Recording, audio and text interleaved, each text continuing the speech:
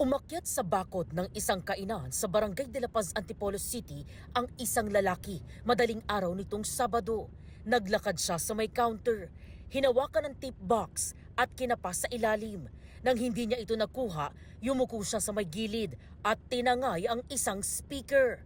Umakyat muli siya ng bakod. Sa katumakas, bitbitang ninakaw na item. Ayon kay Ana, may-ari ng tindahan, kasasara lang nila ng looban ang kanilang tindahan. Alas 2 po ang sarado namin, tapos nangyari siya 2:18. May tao pa sa loob, gising pa yung mga tao, tapos inakyat niya na kami dito. Umaga na raw nang malaman nilang nawawala na ang kanilang speaker na pinapatugtog daw nila sa tuwing magbubukas ng kainan. Nung nakita ko yung muka, nung sumunod na araw, doon ko siya na-realize. After ko mag-deliver that night, nakita ko siya doon sa kanto bago ko mag-park ng motor. So, doon ko na-realize na, okay siya yun. Nag-iintay lang siya na magsara kami bago niya kami akyatin. 2 araw makalipas, tanghali nitong Lunes, pinasok muli ang kanilang kainan ng isa namang batang lalaki. Sa bakod din siya umakyat.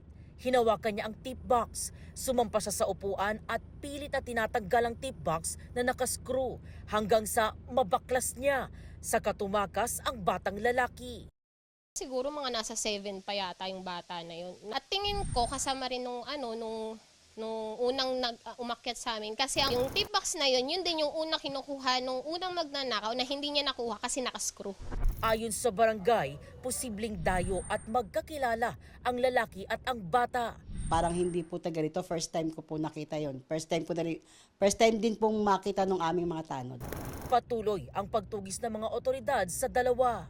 Doon sa mga nagnakaw dito sa Silawis, kung sa sino man kayo, mas magandang sumuko na lang kayo sa kapulisan. Nandito naman din po ang barangay at sa magulang na rin po ng minor de edad. Nandito po ang Barangay de la Paz para po kayo ay mabigyan ng counseling, lalo na po yung bata.